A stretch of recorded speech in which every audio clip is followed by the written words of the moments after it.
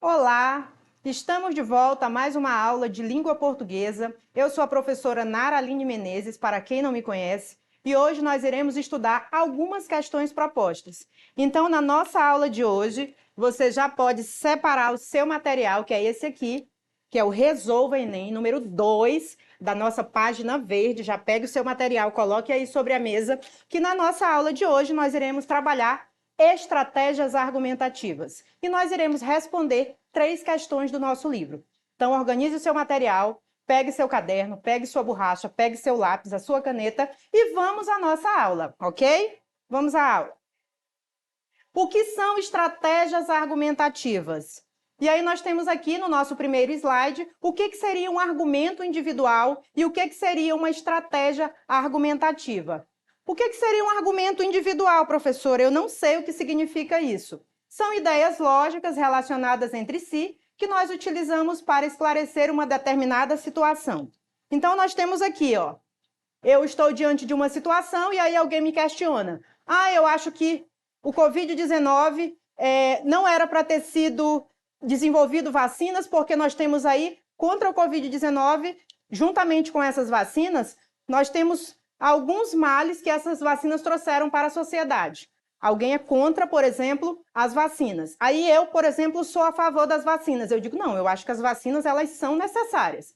Então eu tenho alguém que é contra e alguém que é a favor. E aí como é que eu convenço essa pessoa de que o meu ponto de vista é o correto e que o ponto de vista dela está errado? E aí eu posso trazer alguns dados. A quantidade de pessoas que morriam antes da vacina ser criada e a quantidade de pessoas que morreram depois que a vacina foi criada e que tomaram a vacina. Então, assim, o que seria estratégia individual? Seria uma estratégia utilizada por mim para defender o meu ponto de vista, mas uma estratégia só relacionada a determinado assunto. Mas existem algumas estratégias argumentativas. Existe a argumentação individual e existe a estratégia argumentativa. É quando eu me utilizo de algum contexto, de algum fato que está fora daquele contexto para usar como sustentação ao meu argumento. Então, vamos aqui. Seria, por exemplo, argumentos que são apresentados contextualizados. E aí nós temos alguns argumentos, gente, que nós podemos utilizá-los para comprovar que o nosso ponto de vista está correto, que são alguns argumentos que eu posso comprovar com esses argumentos, eu posso exemplificar, eu posso trazer uma autoridade sobre o assunto, né, que vai reforçar o meu argumento, eu posso utilizar uma alusão histórica, ou causa e consequência, ou até mesmo contraste. Então, vamos aqui ao argumento por comprovação. O que seria uma estratégia argumentativa por comprovação? Eu pego dados históricos, eu pego estatísticas, e eu trago pesquisas também, e aí, junto com esse meu ponto de vista, que é o que eu penso, é o que eu acho que está correto, eu utilizo a informação dessas pessoas que fizeram pesquisas, que coletaram dados estatísticos, e aí eu reforço juntamente com o meu argumento. Essa seria um tipo de estratégia argumentativa por comprovação, quando eu pego dados estatísticos, quando eu pego pesquisas para comprovar que o meu ponto de vista é o que está correto. E o que seria, professora, uma estratégia argumentativa por exemplificação? Exemplificação vem de exemplo, né? A palavra por si só, ela já diz. Então, eu poderia trazer uma notícia, eu poderia trazer um fato que acontece num filme, num livro, numa série, e eu utilizaria isso como exemplo para sustentar o meu argumento. Então, eu iria utilizar o argumento e, como pano de fundo, eu utilizaria todas essas estratégias ou somente uma delas, que seria a notícia, o filme, o livro ou a série. E o que seria, professora? Uma estratégia argumentativa de autoridade. Gente, como vocês sabem, essa é uma estratégia argumentativa muito utilizada, principalmente nas redações do Enem, e algumas questões do Enem, elas não caem, elas despencam. Então, assim, se você tem essa noção do que seria uma estratégia argumentativa de autoridade, são justamente aquelas pessoas que são consagradas, são aqueles especialistas. Nos textos, geralmente são os cientistas, sociólogos, filósofos. Então, nós temos aí algumas pessoas consagradas que estudaram, que elas têm um nome a zelar. Elas podem falar que nós temos a obrigação de acreditar, porque realmente elas conseguiram comprovar que elas estão corretas. Essas seriam estratégias argumentativas por autoridade, tá?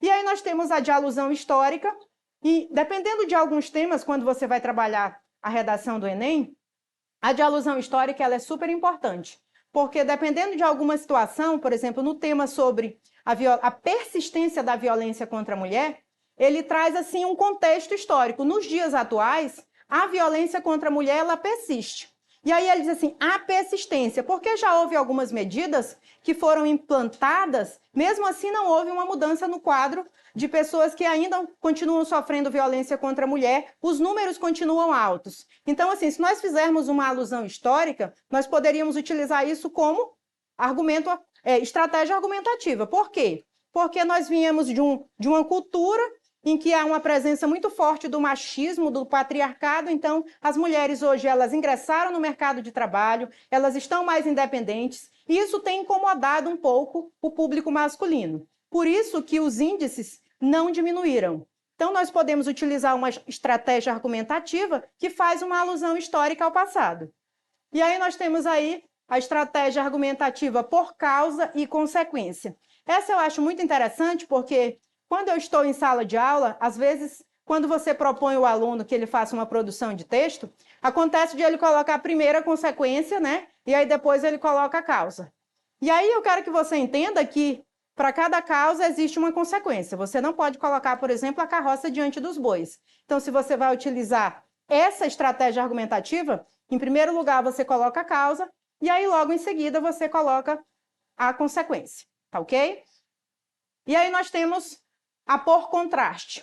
E aí alguém disse assim uma vez para mim, ai professora, como é que eu vou trabalhar na minha redação do Enem um ponto positivo se eu tenho só que falar mal? Não, né, gente? Não é que você tenha que falar mal. Em momento nenhum eu disse isso. Você pode utilizar como estratégia argumentativa um ponto positivo e um ponto negativo. É um contraste.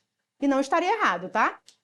Então, vamos às nossas questões, porque eu acho que nós estamos nos demorando bastante. E aí nós temos a nossa primeira questão lá no livro Resolve Enem, página 37, questão número 64, todos aí munidos com o seu livro na mão, acompanhando a leitura. Vocês sabem que as nossas leituras são um pouco longas, porém são necessárias. Então, no nosso primeiro texto, nós temos: cientistas da Grã-Bretanha anunciaram ter identificado o primeiro gene humano relacionado com o desenvolvimento da linguagem, o FOXP2.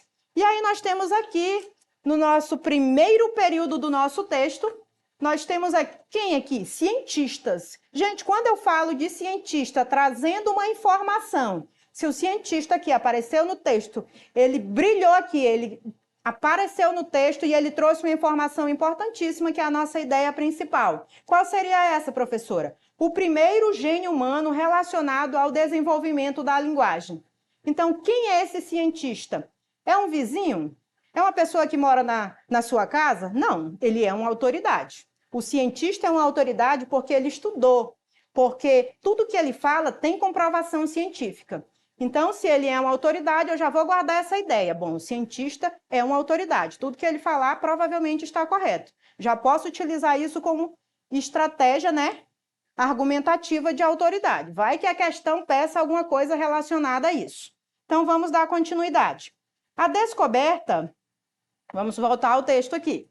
A descoberta pode ajudar os pesquisadores a compreender os misteriosos mecanismos do discurso, que é uma característica exclusiva dos seres humanos. O gene pode indicar por que e como as pessoas aprendem a se comunicar, a se expressar e por que algumas crianças têm disfunções nessa área. Segundo o professor Anthony Monaco, e não tem acento, tá? É o sobrenome dele mesmo, do Centro Wellcome Trust de Genética Humana de Oxford.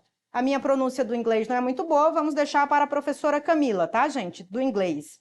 Além de ajudar a diagnosticar desordens de discurso, O estudo do gene vai possibilitar a descoberta de outros genes com imperfeições. Dessa forma, o prosseguimento das investigações pode levar a descobrir também esses genes associados e assim abrir uma possibilidade de curar todos os males relacionados à linguagem.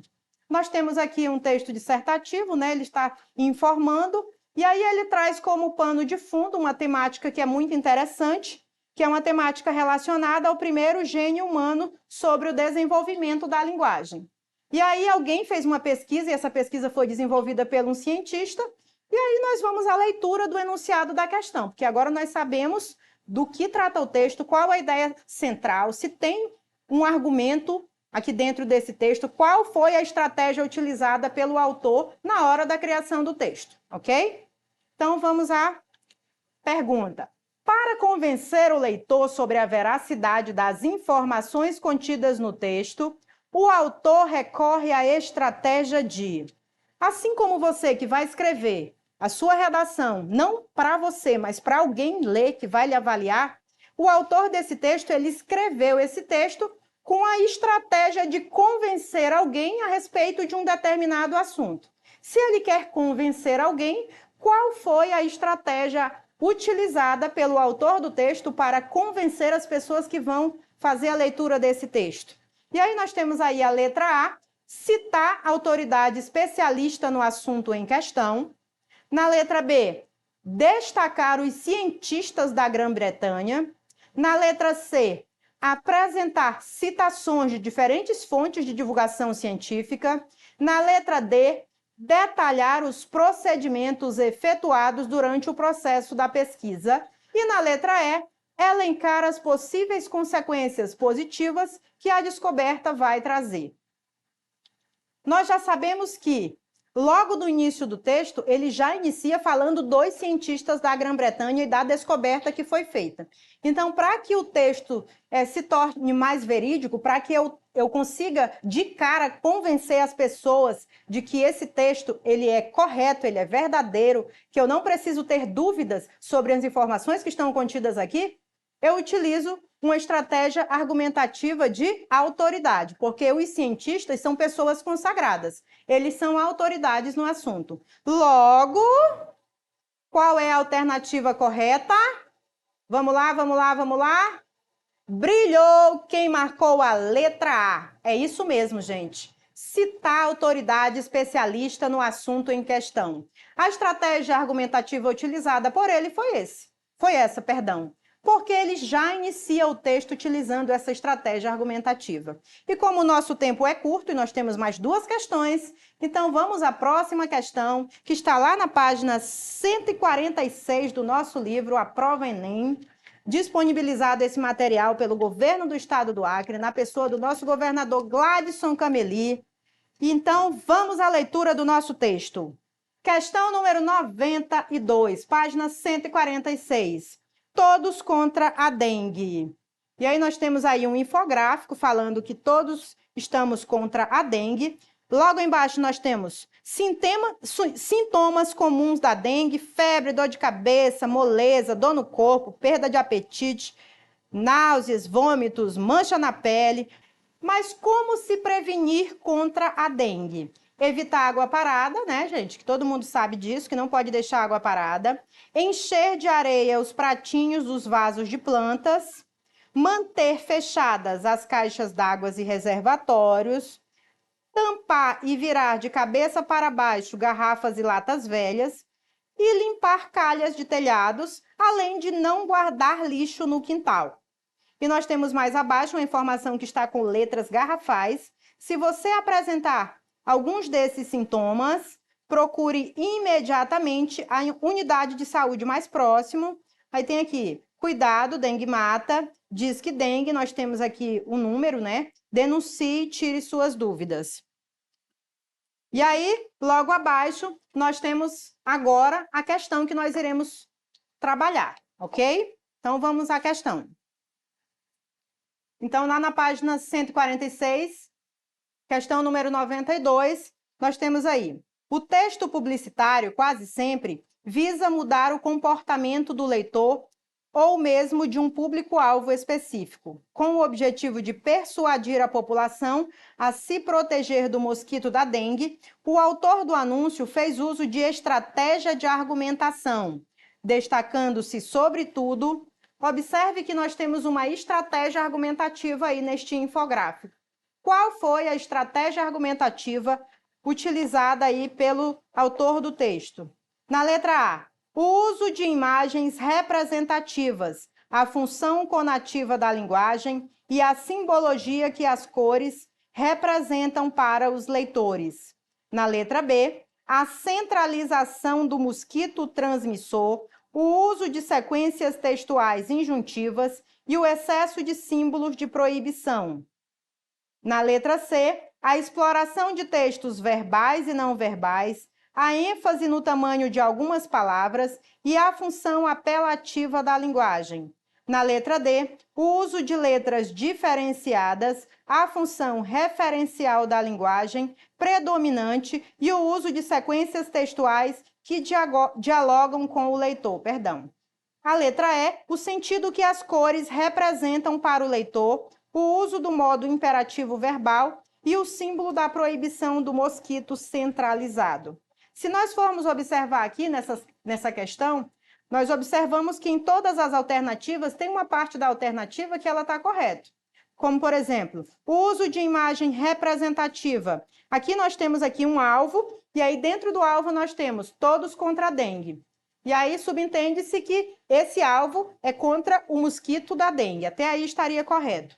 O uso de sequências textuais injuntivas e o excesso de símbolos de proibição.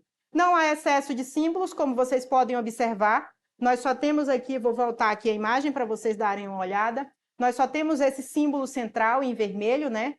E aí não há um excesso, só temos um. Então, a letra A ela estaria errada, tá, gente? Não temos aí a presença da função conativa da linguagem. E aí, na letra B, nós temos a centralização do mosquito transmissor. Observe que aqui nós não temos, né, a centralização do mosquito. Ele está bem pequenininho dentro da letra O, ele não está bem centralizado. Então, a informação ela já começa errada também. A letra B está errada, né? O uso de sequências textuais injuntivas e o excesso de símbolos de proibição, errada novamente. E aí, na letra C, a exploração dos textos verbais. Nós temos textos verbais aqui, pessoal? Existem textos verbais? Existe. E não verbais? Também. A imagem aí desse símbolo aí bem no meio, em vermelho, né? São textos não verbais. Então, até aqui está tudo ok. Textos verbais e não verbais. A ênfase no tamanho de algumas palavras e a função apelativa da linguagem. Nós temos aqui algumas palavras em letras garrafais enormes e algumas informações menores. Então, nós temos vários tamanhos de letra. As informações muito mais importantes, aquela que eu quero que vocês chamem bastante atenção, são essas que estão em letras garrafais, ao redor desse símbolo vermelho. Então, essas são as informações mais importantes. E aí, nós temos aí a função apelativa. É uma apelação? É sim, professora. É uma apelação. Por que é uma apelação? É importante que todos estejam contra a dengue, porque se você partir do princípio que eu cuido do meu quintal, e aí eu faço todos aqueles procedimentos necessários para que o mosquito não continue lá na minha casa, para que o mosquito não se desenvolva no meu quintal, mas vamos dizer que o meu vizinho deixa lá tudo aberto, a caixa d'água, deixa as vasilhas abertas sem tampa, e aí a água acumula, vira um criadouro. Então, eu, pessoa física que estou dentro do meu quintal, que tomo as medidas necessárias de segurança, também vou me comprometer por causa da situação do meu vizinho. Então, é necessário que todos estejamos juntos nessa luta contra a dengue. Então, e aí, professora, qual é a resposta certa? Vocês acham que é A, B, C, D ou E? E aí? É isso mesmo, gente. Brilhou quem respondeu a letra C. Nós temos a exploração aí do texto com linguagem verbal e não verbal. Nós temos ênfase no tamanho de algumas palavras. E sim, é uma função apelativa da linguagem. Por isso que ela está enorme aí bem no centro da tela para vocês. E aí a última e não menos importante, está aqui o conceito do que seria função apelativa. Nós vamos passar porque o nosso tempo é um pouco curto.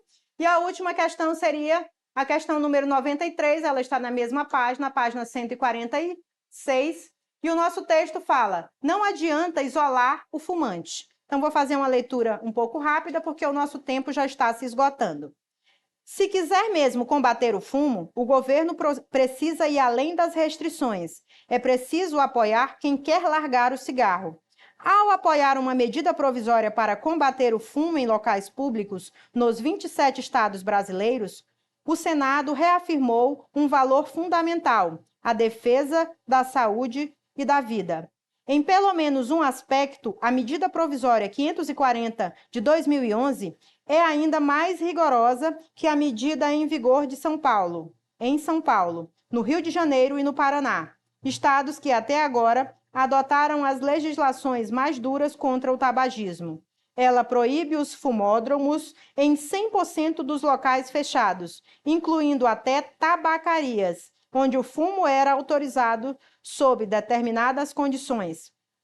Uma das principais medidas atinge o fumante no bolso. O governo fica autorizado a fixar um novo preço para o maço dos cigarros. O Imposto sobre Produtos Industrializados, o IPI, será elevado em 300%. Somando uma coisa a outra, o sabor de fumar se tornará muito mais ácido. Deverá subir 20% em 2012 e 55% em 2013. A visão fundamental da medida provisória está correta. Sabe-se que há muito que o tabaco faz mal à saúde. É razoável, portanto, que o Estado haja em nome da saúde pública. Então, nós temos aqui um texto, que é um texto que fala sobre o tabaco, né? E aí ele diz assim, não adianta isolar o fumante. Por que que não adianta isolar o fumante? Aí ele utiliza uma série de estratégias aqui dentro do texto, que eu não vou me ater agora, porque o nosso tempo está curto, e aí nós vamos direto às nossas questões. E aí na letra A diz o seguinte, assim, o autor do texto analisa... Ele diz assim, o autor do texto analisa a aprovação da medida provisória 540 de 2011 pelo Senado, deixando clara a sua opinião sobre o tema. Então, se ele deixa claro a sua opinião sobre o tema, você vai voltar àquela aula lá de fato e opinião. O texto que apresenta uma avaliação pessoal. Avaliação pessoal é o quê, pessoal? Fato ou opinião? Opinião, né? Então, a avaliação pessoal do autor como estratégia de persuasão do leitor. Então, vocês lembram lá da nossa aula de fato e opinião? Pois é. Nesse caso aqui, a questão ela pede opinião. Ele utilizou uma opinião, uma estratégia argumentativa de opinião, e ele quer que você identifique nas alternativas qual é a alternativa correta em que há essa opinião. Então, vamos lá. Na letra A, ele diz assim, ela proíbe os fumódromos em 100% dos locais fechados. Isso é um fato, né, gente? É claro que isso é um fato, porque se tem uma medida provisória, que é uma lei, que é um fato, que proíbe os fumódromos, não há o que se discutir, é só cumprir. Se está na lei, a gente não discute, a gente cumpre. Na letra B, o governo fica autorizado a fixar um novo preço para o maço dos cigarros. Nós não temos o que discutir isso. Se o governo determinou e ele vai fixar um novo preço, ele vai aumentar o valor do cigarro, nós também só temos que cumprir. É um fato. Letra C. O imposto sobre produtos industrializados, o IPI, será elevado em 300%. Fato inquestionável. Ele bateu o martelo, ele vai elevar 300%, acabou, né? Fato. Letra D. Somando uma coisa com a outra, o sabor de fumar se tornará muito mais ácido. Então, aqui, né, claramente, nitidamente, nós temos uma opinião. Ele diz assim, somando uma coisa com a outra, né, se vai aumentar o preço do maço do cigarro, ou seja, vai se tornar um pouco mais ácido. Já é prejudicial à saúde. Com o valor mais alto, então, já é um problema, né? E aí ele continua, o sabor de fumar, aí nós temos aí uma figura de linguagem, se tornará muito mais ácido. Vai ficar um pouco mais caro, então para quem é fumante vai ter que reservar um valor do seu dinheiro a mais para colocar para o seu vício, porque o valor vai aumentar. Então essa é uma opinião pessoal do autor, é uma estratégia que ele utilizou e ela está muito clara que ela é pessoal, que ela não é fato. Se vocês observarem, os fatos eles estão lá, incontestáveis, né? Bateu-se o martelo, acabou. Então, vamos guardar a letra D e a letra E. deverá subir 20% em 2012 e 55% em 2013. Fato, né, gente? Inquestionável, não podemos discutir em relação a isso. Se o governo falou, está falado, não tem discussão. Então, qual seria a alternativa correta? A letra D. Quem marcou a letra D, parabéns, brilhou. Essa foi mais uma aula do nosso componente curricular de língua portuguesa sobre estratégias argumentativas. Eu espero que vocês tenham gostado. Eu sei que as questões são um pouco longas, faz parte do processo, as do Enem também são. Acessem as nossas plataformas e revisem as nossas aulas. E até a próxima aula.